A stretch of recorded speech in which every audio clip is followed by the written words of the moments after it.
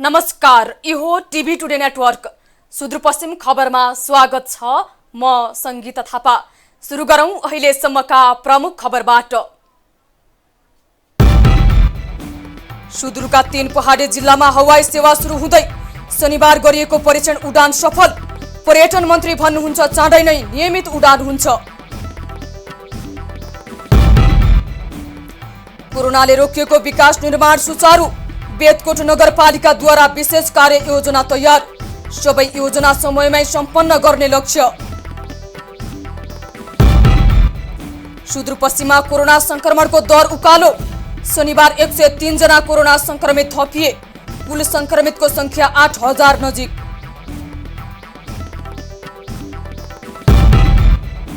पर्यटन प्रवर्धनमा सुदूरपश्चिम सरकारको चासो। डडेलधुरामा रहेका धार्मिक क्षेत्रको संरक्षणमा जोड। भौतिक पूर्वाधार निर्माणमा तीव्रता। र पछिल्लो समय भन्सार छली गर्नेको संख्या बढ्दै कञ्चनपुरमा 76,000 बढीको सामान बरामद।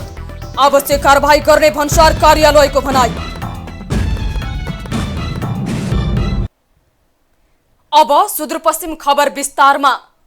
सुदूरपश्चिम प्रदेशका 3 पहाडी जिल्लाका विमानस्थल परीक्षण उडान गरिएको छ। संस्कृति, पर्यटन तथा नागरिक उड्डयन मन्त्री योगेश भट्टराईले शनिबार सुदूरपश्चिम प्रदेशका 3 जिल्लामा रहेका विमानस्थलको उद्घाटन गर्नु भएको हो। बैतडीको पाटन विमानस्थल, डोटीको दिपाइल विमानस्थल, बजाङको देवल विमानस्थलको मन्त्री भट्टराईले एक औपचारिक कार्यक्रमका बीच उद्घाटन गर्नु भएको हो। विमानस्थलको उद्घाटनका क्रममा मन्त्री भट्टराईले सुदूरपश्चिमका पर्यटकीय स्थल खप्तड, मानस सरोवर लगायतका क्षेत्रमा पर्यटक भित्र्याउनका लागि भए पनि यहाँका 3 जिल्लामा रहेका विमानस्थलमा नियमित रूपमा जहाज सञ्चालन गरिने बताउनुभयो। मन्त्री भट्टराईले यहाँका पहाडी जिल्लामा नियमित रूपमा विमानस्थल सञ्चालनका लागि समिट एयर सहितका केही निजी विमान कम्पनीसँग सम्झौताको तयारी भइरहेको समेत जानकारी दिनुभयो। विमानस्थलमा परीक्षण उडान गरिएसँगै अब नियमित उडान हुने विश्वास बैतडीबाट निर्वाचित संघीय सांसद दामोदर भण्डारीले व्यक्त गर्नुभयो। अत्यन्त जनता उत्साहित भएका छन्। यहाँ नागरिक समाज, स्थानीय जनप्रतिनिधिहरू, विभिन्न राजनीतिक दल, प्रदेश सरकार समेतको उपस्थितिमा आज भव्य रूपमा 3वटा कार्यक्रमहरू सम्पन्न भएका छन्। सरकारको तर्फबाट माननीय मन्त्रीज्यूको नेतृत्वमा मन्त्रालयका सचिव र नागरिक उड्डयन प्राधिकरणका महानिर्देशक समेतको उपस्थितिमा कार्यक्रम भएको छ। मलाई विश्वास छ सरकारले यो आजको यो परीक्षण उडानलाई चाँडै। लामो समयदेखि बन्द रहेका विमानस्थलमा परीक्षण उडान भएसँगै प्रदेशवासीमा उत्साह थपिएको छ।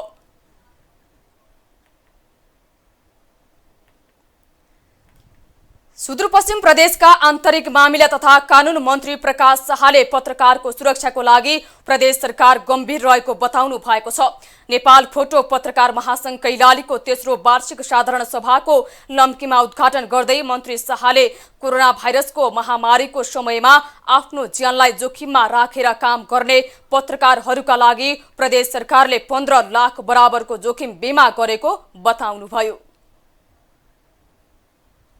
हाम्रो स्वतन्त्रता, हाम्रो सार्वभौमिक अखण्डता, जनतामा नि सार्वसत्ता, हाम्रो स्वाधीनता, यस्ता कुराहरूलाई हामी मजबुत गर्न चाहन्छौँ। नेपाललाई समृद्ध राष्ट्र, बलियो राष्ट्र भएर विश्व रङ्गमञ्चमा अगाडि हामी उभ्याउन चाहन्छौँ। त्यसका निम्ति त सञ्चार क्षेत्र स्वतन्त्र र चाहिँ स्वायत्त भएर र चाहिँ सबलीकृत भएर सुदृढ भएर अगाडि आउनु पर्दछ भन्ने कुरामा कुनै विवाद। कार्यक्रममा बोल्दै नेपाल पत्रकार महासंघका महासचिव योगेश रावलले पत्रकारहरूले सबैभन्दा पहिले आफ्नो आचरण सुधार गर्नुपर्नेमा जोड दिनुभएको थियो। त्यसतर्फ हाम्रो पेशा प्रतिबद्ध, कटिबद्ध, इमान्दारीपूर्वक लाग्नुपर्छ। त्यसले मात्रै हामीले फोटो पत्रकारिता गरेको र अरू पत्रकारिता गरेको चाहिँ एउटा चाहिँ गरेको ठहर्छ। र तपाईहरूले वक्ताहरूका कुरा सुन्नुभयो। हामी पत्रकारहरू प्रति मान्छेको, आम मान्छेको चाहिँ धारणा के छ, हामीलाई कसरी बुझ्छन्, वक्तादाइले निकै जेन्युन कुरा गर्नुभयो। पत्रकारिताले भोग्दै आएका पत्रकारहरूले भोगेका समस्याका बारेमा। कार्यक्रममा लम्की चुहा नगरपालिका वडा नम्बर 3 का वडा अध्यक्ष भक्त बहादुर चलाउनेले पत्रकारले निष्पक्ष रूपमा कलम चलाउनु पर्नेमा जोड दिनु भएको छ। तपाईँहरूको कलममा, तपाईँहरूको लेखाइमा त्यो शक्ति छ, तर अहिले प्रचलनमा रहेका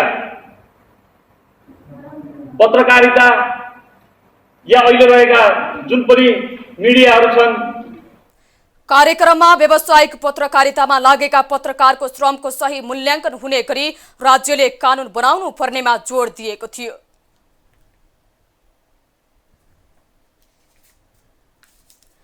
नेपाल भारत सीमा नाका झुलाघाट बन्द हुँदा बैतडीका भारतीय पेन्सनधारी नेपाली समस्यामा परेका छन्। भारतीय सेना र अन्य भारतीय सरकारी कार्यालयबाट निवृत्त भएका नेपालीलाई पेन्सनको रकम प्राप्त गर्न समस्या भएको हो। भारतीय बैंक मार्फत पेन्सनको पैसा बुझ्ने भएकोले नाका बन्द हुँदा भारतबाट पेन्सन पाउने समस्यामा परेका हुन्। पेन्सनकै भरमा रहेकालाई घर धन्दा चलाउन समस्या भएको भूतपूर्व सैनिक संघ बैतडीले जनाएको छ। जिल्ला प्रशासनलाई 15 दिन अगाडि नाका खोल्न पहल गर्नका लागि अनुरोध गरेको भए पनि अहिलेसम्म कुनै सुनवाई नभएको जनाइएको छ। दुई देश सहमत भएपछि मात्रै नाका खोल्न सकिने प्रशासनले जनाएको छ। लामो समयको लकडाउन खुकुलो भएसँगै कञ्चनपुरको बेतकोट नगरपालिकाले विकास निर्माणका कामहरूलाई क्रमबद्ध रूपमा अघि बढाउने जनाएको छ। विश्वभरि फैलिएको कोभिड-19 का कारण सम्पूर्ण राज्य संयन्त्र नै यसको रोकथामको लागि खटिरहेकाले बेतकोट नगरपालिकामा पनि विकास निर्माणका कामहरू रोकिएका थिए। अब सरकारले लकडाउन खुकुलो पारेसँगै गएको वर्ष निर्माण सामग्री अभाव भएर प्रभावित भएका कामहरू यस वर्ष सञ्चालन गरिने बेतकोट नगरपालिकाका प्रमुख अशोक कुमार चन्दले बताउनुभयो। विकास निर्माणका कामहरू गएको वर्ष खास गरी कोभिड-19 कोरोना भाइरसका कारणले प्रभावित भएका थिए र ती कामहरूका सन्दर्भमा धेरैको विकास निर्माणका विभिन्न सामग्रीहरू अभावका कारणले पनि रोकिएको थियो। खास गरी लकडाउनका कारणले गर्दाखेरि आवागमनदेखि लिएर सबै बन्द भएका कारणले गत वर्ष धेरै नै प्रभावित हुन पुगेको थियो। यो वर्ष हामीले विकास निर्माणका कामहरूलाई अगाडि बढाइरहेका छौँ। खास गरी निर्माण सामग्रीको अभाव थियो, त्यो अभावलाई आपूर्तिलाई सहज गर्नका निमित्त हामीले त्यो किसिमका कामहरूलाई अगाडि सारेका छौँ। गत वर्षको तेस्रो चौमासिकमा गरिनुपर्ने कामहरू कोभिड-19 का कारण प्रभावित भएकाले यस वर्ष विशेष कार्ययोजना बनाएर कामहरू सम्पन्न गरिने प्रमुख प्रशासकीय अधिकृत पदमराज भट्टले बताउनुभयो। पछिल्लो चरणका कार्यक्रमहरू जुन हामीले तेस्रो चौमासीमा गर्ने भनेर राखेका थियौँ ती प्रभावित भएका छन्। यस वर्ष चाहिँ हामीले एउटा कार्ययोजना बनाएर आर्थिक वर्षको शुभारम्भसँगै छिटै सक्ने गरी सबै शाखाको र वडाको समग्र नगरपालिकाको कार्ययोजना बनाएर विकास निर्माणका कामहरू अगाडि थाल्ने योजना बनाएका छौँ। विशेष गरी सडक निर्माण, पुल निर्माण, तटबन्ध तथा वडा कार्यालय भवन निर्माणका कामहरूलाई नगरपालिकाले यो वर्षको प्रमुख प्राथमिकतामा राखेर काम अघि बढाइरहेको छ।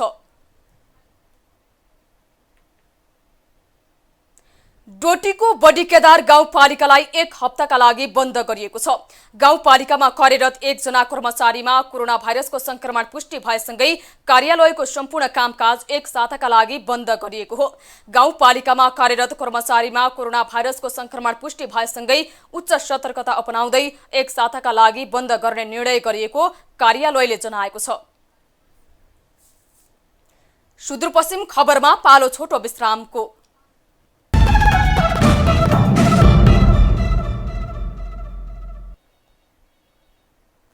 अब बाँकी खबर। सुदूरपश्चिममा शनिबार 103 जना कोरोना संक्रमित थपिएका छन्। यो सँगै प्रदेशमा कुल कोरोना संक्रमितको संख्या 7700 नागेको छ। कुल संक्रमित मध्ये 7000 बढी उपचार पश्चात निको भएका छन्। नयाँ थपिनेमा कञ्चनपुरका 5, कैलालीका 93, डडेलधुराका 2, दार्चुलाका 1, बजाङ र बाजुराका 1 जनामा संक्रमण पुष्टि भएको स्वास्थ्य तथा जनसङ्ख्या मन्त्रालयले जनाएको छ। प्रदेशमा हालसम्म 7100 बढी संक्रमण मुक्त भएका छन्। यस्तै क्वारेन्टिनमा रहनेको संख्या 678 रहेको छ। डडेलधुराको गड्याबधुरा गाउँपालिकाले डडेलधुरा अस्पताललाई 10 लाखको चेक हस्तान्तरण गरेको छ। गाउँपालिकाले अस्पतालमा सञ्चालन भएको पीसीआर ल्याब सञ्चालन, संकट समाधान तथा जनशक्ति व्यवस्थापनका लागि अस्पताललाई चेक हस्तान्तरण गरेको हो। सुदूरपश्चिम प्रदेशका पहाडी 7 जिल्लाको केन्द्र बिन्दुमा रहेको डडेलधुरा अस्पतालमा कोरोना परीक्षण ल्याब स्थापना भई PCR परीक्षण भइरहेको छ। कोरोना नियन्त्रण तथा रोकथाम गर्ने उद्देश्यले स्थापना भएको कोरोना परीक्षण प्रयोगशालालाई अझ व्यवस्थित गर्नका लागि गड्यापथुरा गाउँपालिकाले अस्पताललाई 10 लाख रुपैयाँ सहयोग गरेको गाउँपालिकाले जनाएको छ। दार्चुलाका 9 स्थानीय तहका 61 मध्ये 6 स्थानीय तहका 19 वडामा सचिवको अभाव छ। जनप्रतिनिधि भएको आएको 3 वर्षसम्म पनि कर्मचारी नहुँदा वडाका कामकाज प्रभावित भएका छन्। वडामा सचिव नभएपछि अहिले साबिकका गाविस प्राविधिकहरूलाई सचिवको जिम्मेवारी दिएर काम भइरहेको छ। दरबन्दीका सचिव नहुँदा कुनै सचिवले 2 वडा र प्राविधिकहरूले पनि दोहोरो जिम्मेवारीमा काम गर्नु परेको छ। सदरमुकाम खलङ्गासँग जोडिएको महाकाली नगरपालिकाको वडा नम्बर 1 र वडा नम्बर 7 मा वडा सचिव छैनन्। स्थानीय तहमा दरबन्दी अनुसार कर्मचारी नभएका कारण कार्य सम्पादनमा समस्या हुने गरेको जनप्रतिनिधिहरू बताउँछन्।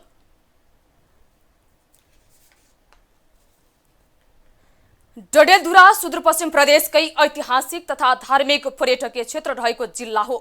जिल्लामा रहेका दर्जनौं धार्मिक तथा ऐतिहासिक पर्यटकीय क्षेत्रहरूको संरक्षण तथा प्रवर्धन गर्न सके आर्थिक उन्नतिमा टेवा पुग्ने देखिन्छ। एक रिपोर्ट। सुदूरपश्चिम प्रदेशका अन्य पहाडी जिल्ला सहित तराईका 2 जिल्लाको प्रमुख केन्द्रका रूपमा रहेको डडेलधुरामा रहेका धार्मिक तथा ऐतिहासिक क्षेत्रको विकासका लागि सुदूरपश्चिम प्रदेश सरकारले विभिन्न काम समेत गर्दै आइरहेको छ। सुदूरपश्चिमकै सुप्रसिद्ध उग्रतारा मन्दिरको स्तर उन्नतिका लागि प्रदेश सरकारले 2 वर्षको अवधिमा 60 लाख रुपैयाँ विनियोजन गरेको छ। सोही रकमबाट उग्रतारा मन्दिर परिसरमा भौतिक पूर्वाधारका काम भइरहेको छ। पूर्वाधार निर्माणका लागि सुदूरपश्चिम प्रदेश सरकारले गत वर्ष हामीलाई 20 लाख रुपैयाँ सहयोग गर्नुभएको थियो। त्यसबाट हामीले यस गुरु योजना अन्तर्गत यहाँ वेद विद्याश्रम निर्माण गर्ने भनेर गरिराखेका थियौँ। यो वेद विद्याश्रमको पढाइ पनि सुरु भइरहेको छ। यो विद्यालय निर्माण गर्यो भनेपछि यस वर्ष हामीलाई प्रदेश सरकारले 40 लाख रुपैयाँ दिने भन्ने हामीले सुनेका छौँ। त्यसबाट अधुरो वेद विद्याश्रम निर्माण र यहाँका अधुरा रहेको प्रवचन मण्डप लगायत अन्य निर्माण कार्यहरू भौतिक संरचनाहरू निर्माण गर्ने हामी प्रदेश सरकारकी समन्वय र संघीय सरकारको आर्थिक सहयोगमा परशुराम नगरपालिकामा अवस्थित परशुराम धाममा पनि भौतिक पूर्वाधारको निर्माण गरिँदैछ। यसैगरी घटाल मन्दिर क्षेत्रमा पनि गुरु योजना अनुसार विकास निर्माणको काम भइरहेको छ। पर्यटकीय सम्भावना बोकेका क्षेत्र भए पनि पर्याप्त रूपमा प्रचार प्रसारका साथै भौतिक पूर्वाधारको विकास हुन नसक्दा पर्यटकीय क्षेत्र ओझेलमा परेको व्यवसायी बताउँछन्। एकदमै ऐतिहासिक कुरा नागीमल्लको दरबार अझै मेरो कोट अब त्यो अहिले जीर्ण अवस्थामा छ। अब त्यही किसिमको पुरानो हिसाबको अलिकति बनाइदिएपछि होइन, त्यहाँ बाटो पुर्याइदिएपछि एउटा त्यहाँ हुन्थ्यो। अनि अर्को हाम्रो अमरगढी किल्ला छ अमरसिंह थापाको, त्यो पनि एकदमै ऐतिहासिक हो। यहीँबाट गढवाल कुमाउँसम्म सतलजसम्मको सिमाना यहीँबाट पुर्याएको थियो। अब त्यहाँ पनि अलिकति मर्मत होइन, अनि विभिन्न कुराहरू मर्मतकै भनौँ अहिले चाहिँ त्यो गरेर अलिकति प्रचार। डडेलधुरामा रहेका पर्यटकीय क्षेत्रको विकासका लागि सबै सरोकारवाला मिलेर प्रचार प्रसार तथा संवर्धन गर्न सके आर्थिक उन्नति हुनेमा दुई मत नरहेको पर्यटन व्यवसायी बताउँछन्। सशक्त हेर्ने हो भने अब यसमा चाहिँ कुनै एउटा पक्षले मात्र नभएर सबै पक्ष मिलेर यहाँ रहेका पर्यटकीय गन्तव्यहरूको संरक्षण सम्वर्धन प्रवर्धन अझ विशेष गरेर प्रचार प्रसारमा चाहिँ ध्यान दिनुपर्छ जस्तो मलाई लाग्छ। जिल्लामा देशकै शक्तिपीठ मध्येको एक उग्रतारा मन्दिर, घटाल स्थान, परशुराम धाम क्षेत्र, ऐतिहासिक अमरगढी किल्ला र अझै मेरो कोच रहेका छन्। यस्ता क्षेत्रहरूको संरक्षण सम्वर्धन तथा प्रचार प्रसार गर्न सके आर्थिक उपार्जनका साथै रोजगारीका अवसरहरू पनि सृजना गर्न सकिने देखिन्छ। डडेलधुराबाट हरिशचन्द्रको रिपोर्ट। सुदूरपश्चिम खबरमा फेरि छोटो विश्राम।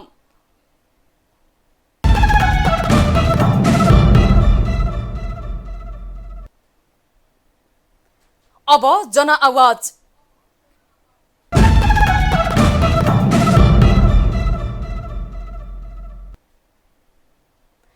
डोटीको दिपाइल विमानस्थलको संस्कृति पर्यटन तथा नागरिक उड्डयन मन्त्री योगेश भट्टराईले निरीक्षण गर्नु भएको छ। लामो समयदेखि बन्द रहेको विमानस्थलको परीक्षण उडान हुँदा जिल्लावासी निकै हर्षित भएका छन्। अब नियमित उडान हुनेमा कतिको विश्वस्त हुनुहुन्छ भनी हामीले डोटीका स्थानीय बासिन्दालाई सोधेका छौं। धेरै खुसी लागेको छ। केही वर्ष अगाडि आएर रोकेको थियो, तर अहिले चाहिँ त्यस्तो नहोस् भन्ने हाम्रो चाहना छ। के अरे सधैँ निरन्तर चलिरह्यो भने अनि हाम्रो डोटी जिल्लाको बासिन्दाहरूले केही सुविधा पाउँछु कि भन्ने आशामा चाहिँ बसिराखेका छौँ। धेरै वर्षदेखि जाने एकदम जाने एयरपोर्ट भनौँ दिपावलीमा त्यस्तै भएको थियो। अहिले जाने हाम्रो सांसद प्रेमालेजीले चाहिने डोटीमा चाहिने प्लेन ल्याउनु भयो होइन, त्यसको लागि धेरै धेरै खुसी लाग्यो। अब चाहिने निरन्तर रहोस् होइन। हामीले पनि यसो चाहिने धनगढी काठमाडौँ होइन नेपालगञ्ज जानको लागि मान्छेलाई भनौँ उताबाट बोलाउने धेरै खुसी लागेको छ। केही वर्ष अगाडि आएको थियो र केही वर्षपछि आएको छ अहिले डोटी जिल्लामा, र केही काम हुन बाँकी छ र केही काम सम्पन्न भएपछि निरन्तर रूपमा आएपछि मात्र डोटीवासी जनताहरू खुसी हुनेछन्। अब आर्थिक खबर।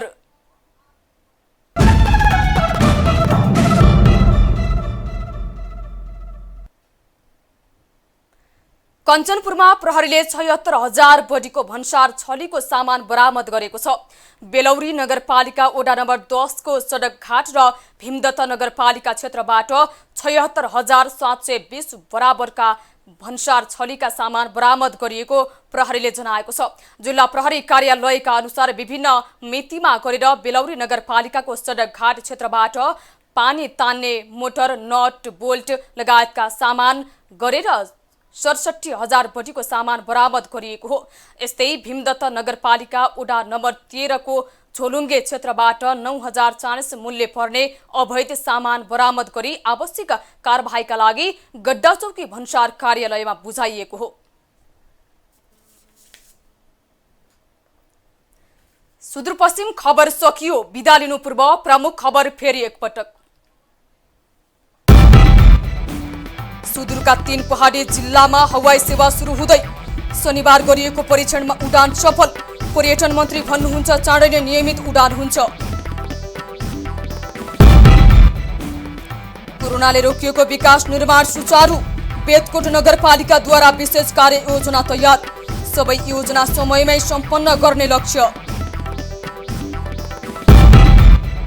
सुदूरपश्चिममा कोरोना संक्रमणको दर उकालो। शनिबार 103 जना कोरोना संक्रमित थपिए। कुल संक्रमितको संख्या 8,000 नजिक।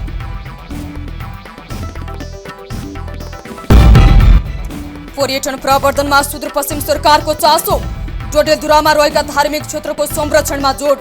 भौतिक पूर्वाधार निर्माणमा तीव्रता। र पछिल्लो समय भन्सार छली गर्नेको संख्या बढ्दै कञ्चनपुरमा 76,000 बढीको सामान बरामद। आवश्यक कारबाही गर्ने भन्सार कार्यालयको भनाई।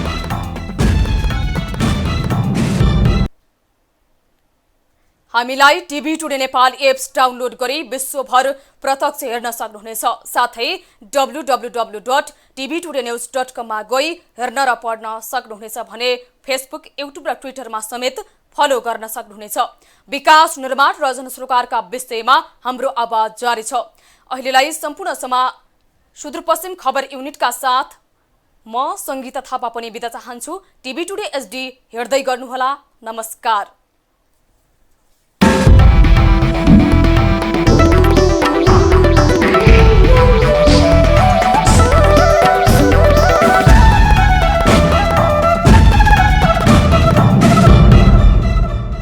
गोदावरी डिटर्जेंट पाउडर, मूल्यमा कम, सफाईमा दम। मेरो देश मेरो जगदम्बा सिमेन्ट। हरेक हरेको शान उपकार ब्रान्ड।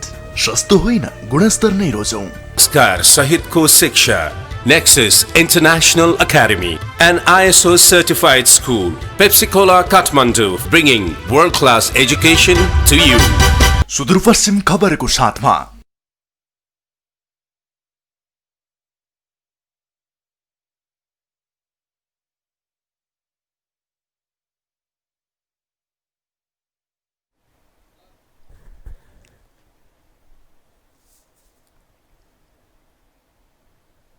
हामीलाई TV today Nepal apps download गरी विश्वभर प्रत्यक्ष हेर्न सक्नुहुनेछ। साथै www.tvtodanews.com मा गई हेर्न र पढ्न सक्नुहुनेछ भने फेसबुक, युट्युब र ट्विटरमा समेत फलो गर्न सक्नुहुनेछ। विकास, निर्माण र जनसरोकारका विषयमा हाम्रो आवाज जारी छ। अहिलेलाई सम्पूर्ण सुदूरपश्चिम खबर युनिटका साथ म संगीता थापा पनि बिदा चाहन्छु। टिभी टुडे एचडी हेर्दै गर्नुहोला। नमस्कार।